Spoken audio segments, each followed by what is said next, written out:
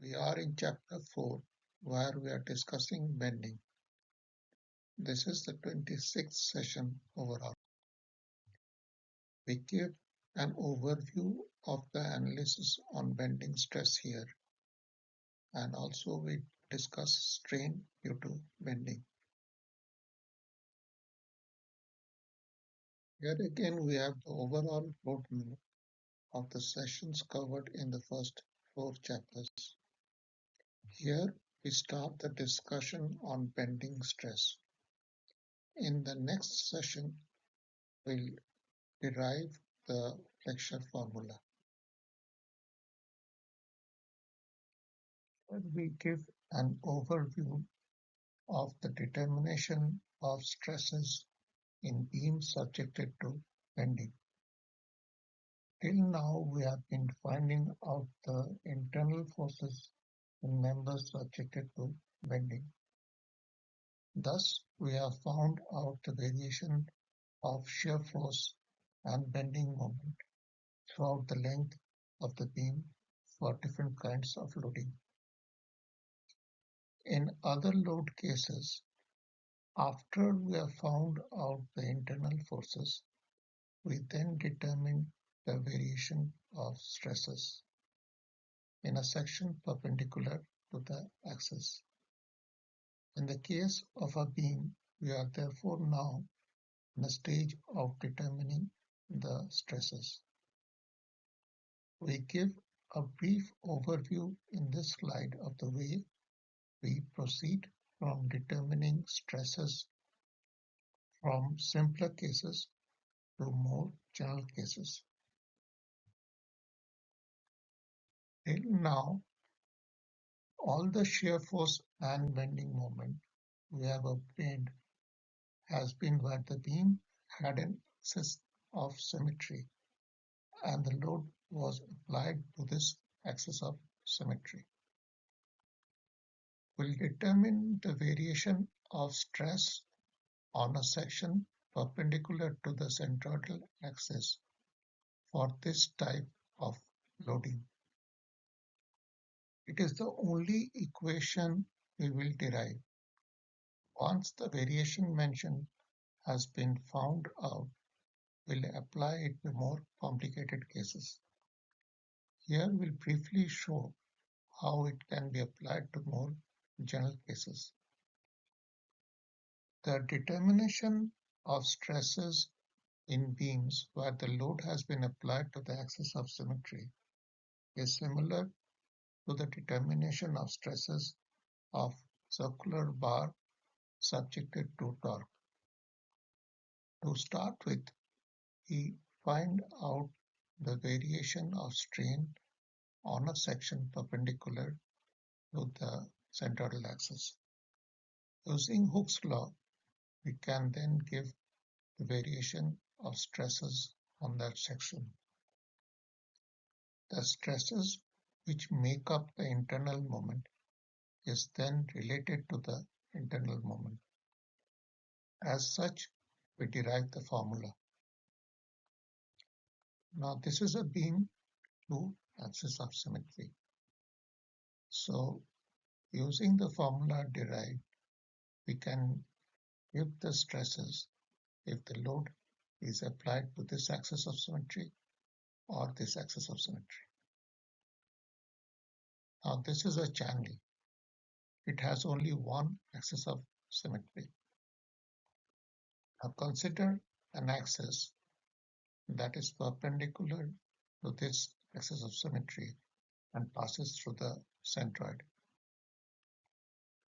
It has been found that if a load is applied on this axis, then the equation obtained can be used to give the stresses on a perpendicular section. We have considered the case of loads applied to the axis of symmetry. Now consider a case where the load is not applied to any axis of symmetry. Then, since the load is a vector, it can be resolved into two forces that act along the axis of symmetry. We can do the same thing when there's a section that has only one axis of symmetry. At a given section, with the equation obtained, we can find out the stresses due to this load, and we can also find out the stresses due to this load. The stresses acting at the section can be algebraically added to give the actual stress. So we have discussed two axes of symmetry and one axis of symmetry. Now consider the case of no axis of symmetry.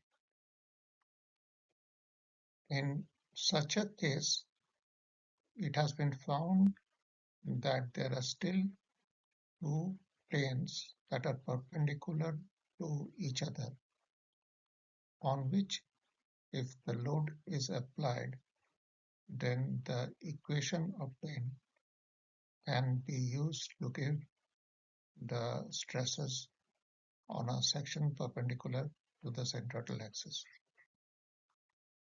Now consider the most general case where the load has been applied but does not coincide with any of these two axes. These two axes need to be found out. We can resolve the load so that it is along the two axes. Using the equation obtained, we can find out the stresses on a section perpendicular to the centroidal axis for this load and also for this load. We can then algebraically add the stresses to give the stresses acting on the section. We find out the variation of stress on a section perpendicular to the axis in a beam subjected to moment along the axis of symmetry. We start with determining the strain variation on such a section, similar to what we did with circular paths subjected to torque.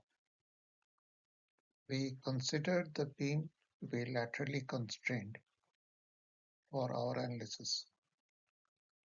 Here we consider the case of pure bending of a beam with no shear force present. Let us consider this beam to which two loads has been applied of magnitude p each. They are both at a distance a from the edge. Since the loading is symmetrical, the reaction at A and B will be P as well. If we consider section 1-1, then if we look from the left, there will be no shear force in the section. The moment would be P into X minus P into X minus A, which gives us PA as the moment.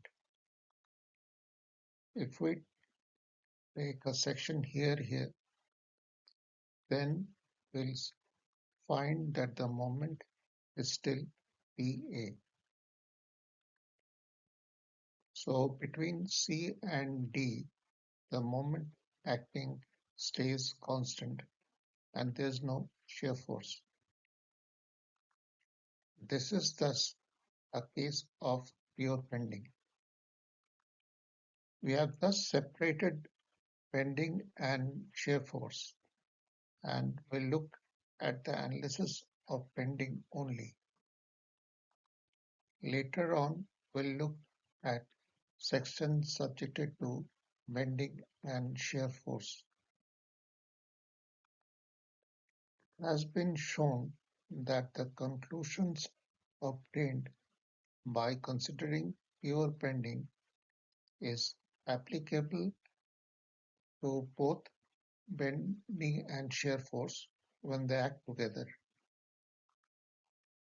Now let us consider two portions of the beam A and B. The moment acting is the same, so we can expect the beam to curve similarly at both A and B. Or we can expect the radius of curvature to be the same. Among geometrical figures, the circle has the same radius of curvature. For example, an ellipse has varying radius of curvature. So we can expect the beam to bend to form the arc of a circle. Here we have shown the beam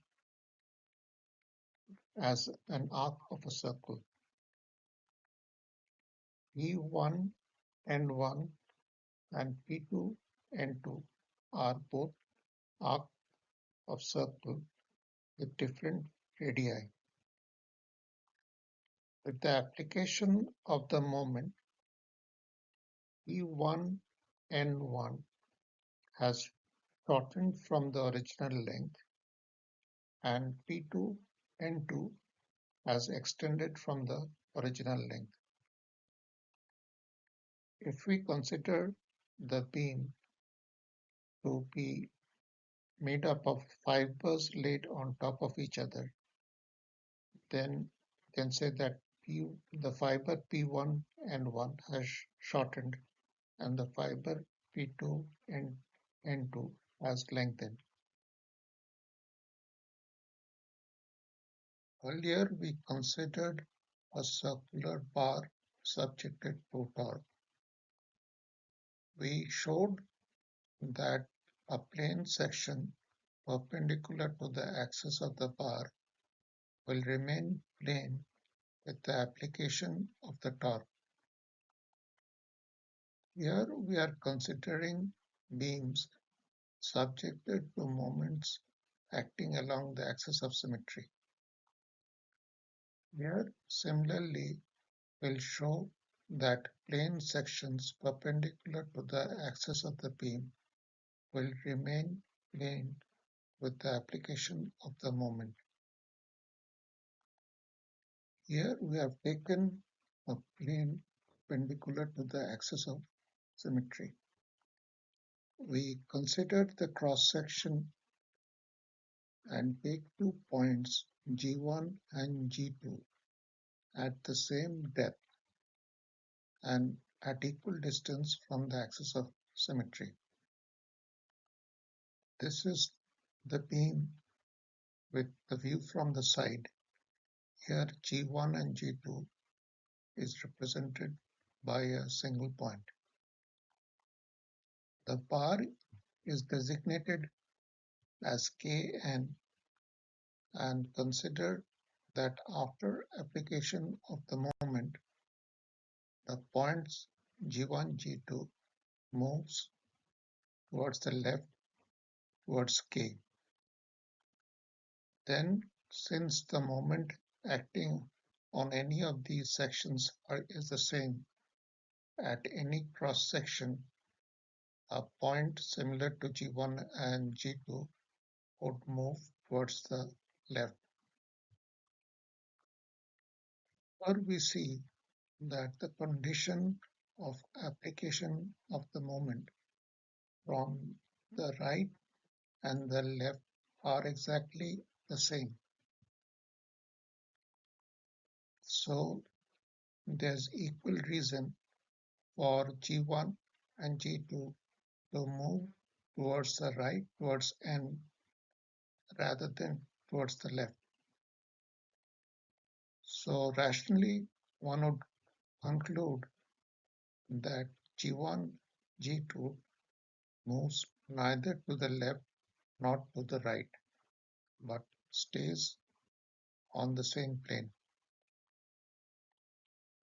Same argument can be made of all the points of the plane corresponding to the section taken here.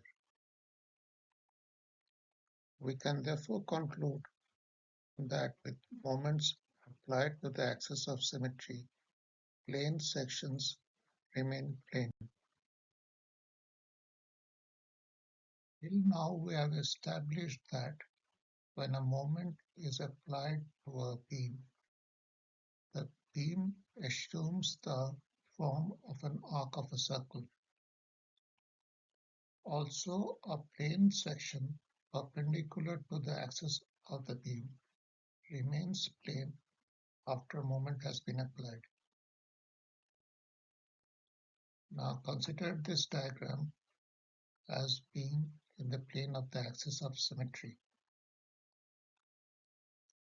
Let the vertical line AP be part of a transverse plane. Then, after application of the moment, AB will remain straight and assume the position A dash B dash. The vertical line thus tilts at an angle. This is a three-dimensional diagram with the two planes which crisscross at AB is shown. This is before loading has been applied, and this diagram is after loading has been applied. Here we will show the two planes. Here we have a tangent to the curve of the beam at A dash. A dash, B dash would be perpendicular to this tangent. Also, EA is perpendicular to PO. So if we extend this tangent to cut the horizontal axis, then the angle made theta as shown here will be the same as the angle made here. Consider this as the axis of the beam. After application of the moment, the axis forms a curve. This curve is in the form of the arc of a circle. This is the plane of symmetry after application of the moment. The plane of symmetry also forms a curve. This curve of the centroidal axis will form the same angle with the horizontal as theta at this point. So we can say that after application of the moment, this axis of symmetry or the plane of symmetry has become curved. This section, which was perpendicular to them after the application of the moment, still stays perpendicular. The plane has moved as a whole. Since it is perpendicular, an extension of A dash B dash passed through the center of curvature O. So O A dash is a radial line. Earlier, when we were discussing circular members subjected to torque, we had taken a small portion on the surface of the beam and tried to look at how the elements in that small portion will undergo change when torque has been applied. Based on physical perception, we could see that the angles of the elements, once torque has been applied, will change. Thus, the right angles at the corner of the elements will either increase or decrease with application of torque.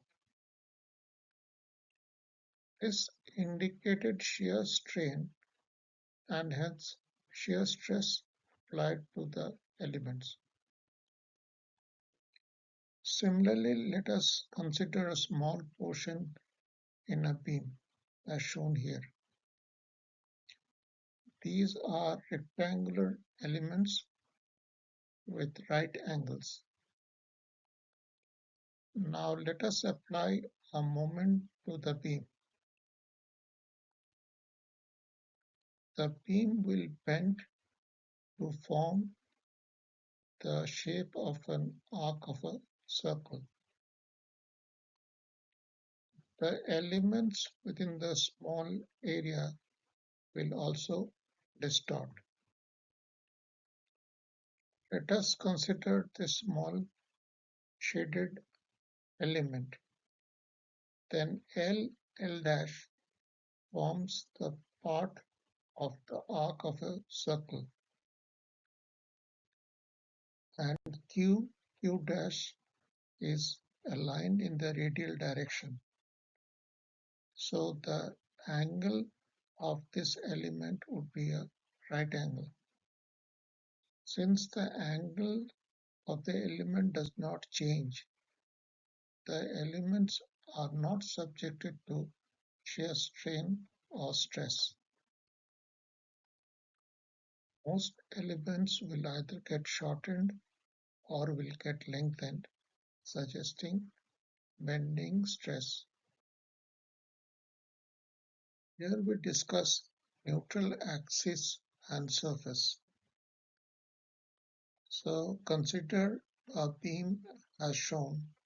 It has been subjected to a positive moment. It bends so as to form the arc of a circle.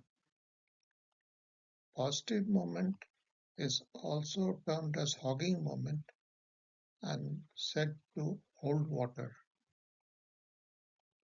Now let O be the center of a circle of which the bent beam forms an arc. Now let us consider the beam to consist of longitudinal layers laid on top of each other. So the top layer is A, B, C, D, and the bottom layer is A dash, B dash, C dash, D dash. Then we can see that the length of the arc, which corresponds to A, B, C, D, is less than the length of the arc which corresponds to A dash, B dash, C dash, D dash. This is because the angle here is the same, but the radii of the top layer and the bottom layer are different. And the length of the layer is given as angle into the radii. This would mean that the top layer has shortened from the original length of the beam, and the bottom layer has extended from the original length of the beam. Then there must be a surface that has the same length as the original length of the beam. This surface is shown using the black line here. This surface is called the neutral surface. So with the application of the moment, this surface is the only surface that has not changed its length. all surfaces that are above this surface has become shorter in length, and all surfaces that are below this surface has become larger in length. Now, having discussed neutral surface, we'll discuss neutral axis of a section and neutral axis of beam. Now consider a section perpendicular to the axis of the beam as shown here. This is the same section. This section will cut the neutral surface along a horizontal line. That line is termed as the neutral axis of the section. Now consider the axis of symmetry. Now the axis of symmetry will cut the neutral axis of the section at a particular point of the section. If we consider different sections and find out this point, then the locus of this point, considered throughout the length of the beam, is called the neutral axis of the beam.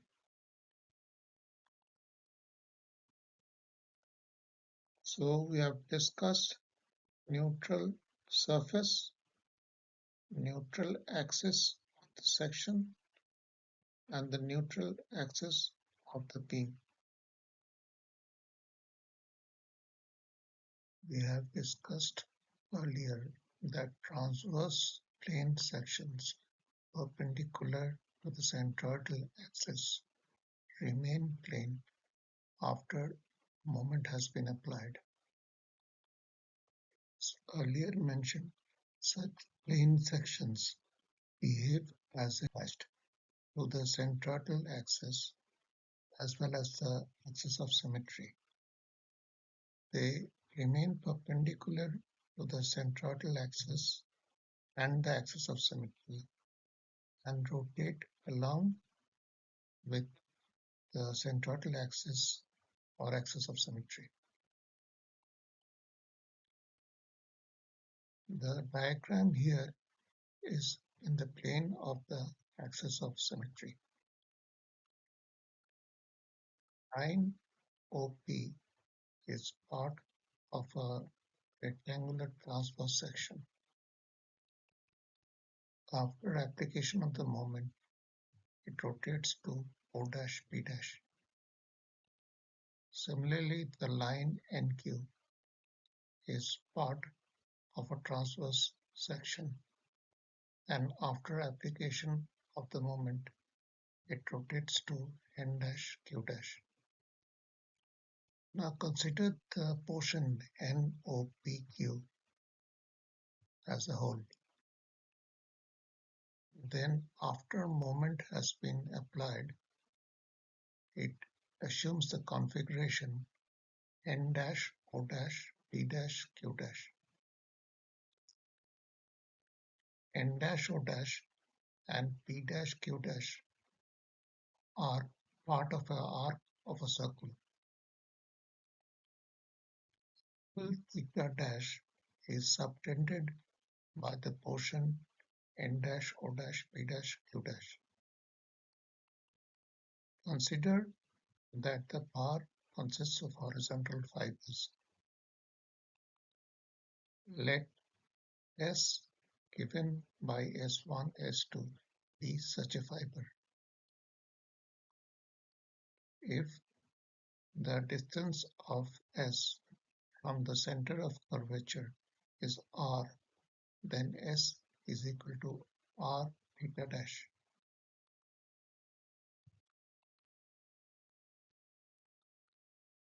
Now S is the length of the fiber after moment has been applied. It is showed magnified here. The dotted line here shows the neutral axis. The neutral axis does not change in length, so Km was the original length of the fiber, of which now has the dimension s. Am is also shown in this magnified diagram. When we dealt with flexural bars, strain was given as del L divided by L, but del L is the change in the length and L is the original length.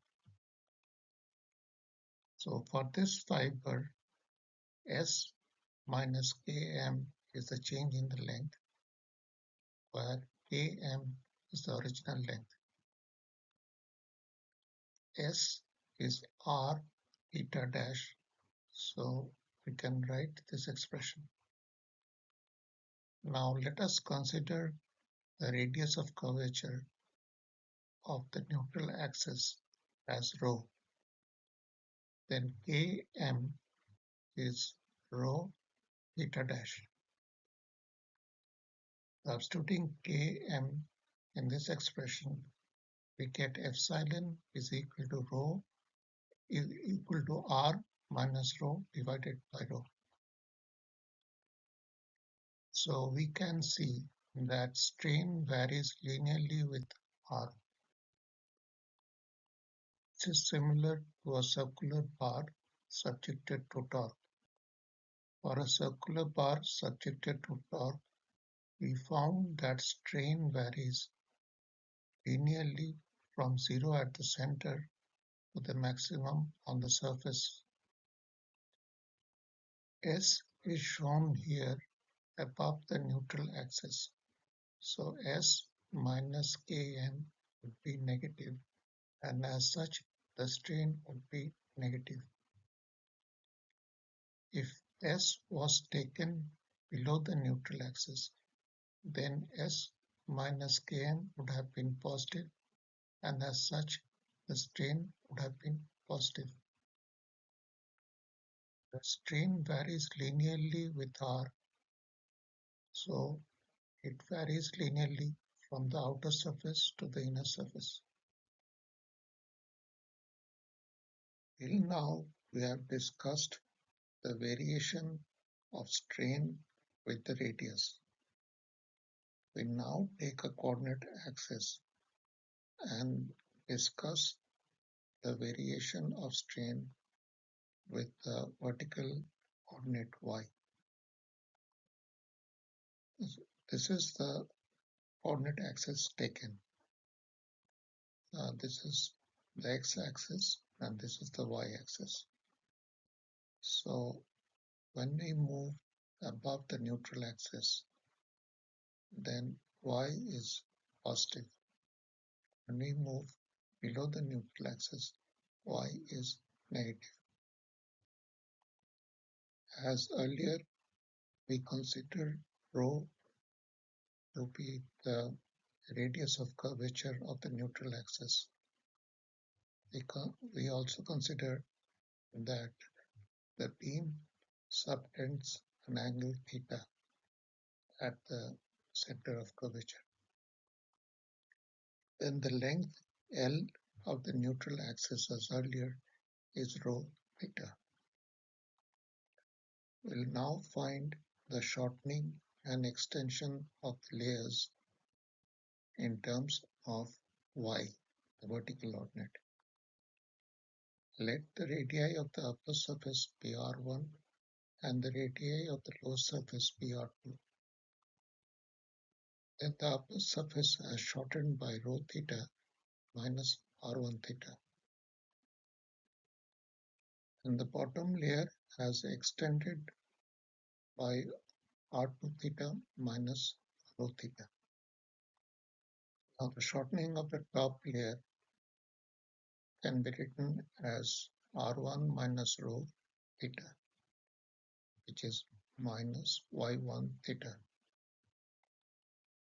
y1 is positive here, so minus y1 theta would be negative. Is denoted as delta y1. Extension of the bottom layer is denoted as delta y2 and is given as minus y2 theta. y2 is in the negative region, so minus y2 is positive.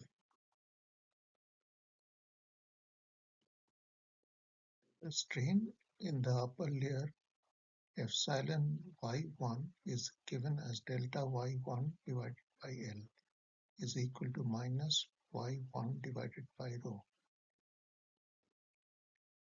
The strain in the lower layer is given by epsilon y2 is equal to delta y2 divided by L is equal to minus y2 divided by rho. So the strain in general at any distance y from the x-axis is epsilon y is equal to minus y divided by rho. Above the x-axis, y would be positive, so strain would be negative.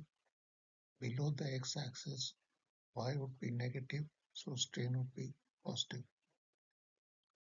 Y is equal to 0 corresponds to the neutral axis and the strain is 0. Consider a section perpendicular to the axis of the beam as shown here. Then the variation of strain is shown in this diagram. The strain at the neutral axis is 0. It is negative or compressive on layers above the neutral axis and positive or tensile on layers below the neutral axis. Variation is linear, with the maximum in the inner and the outer surface.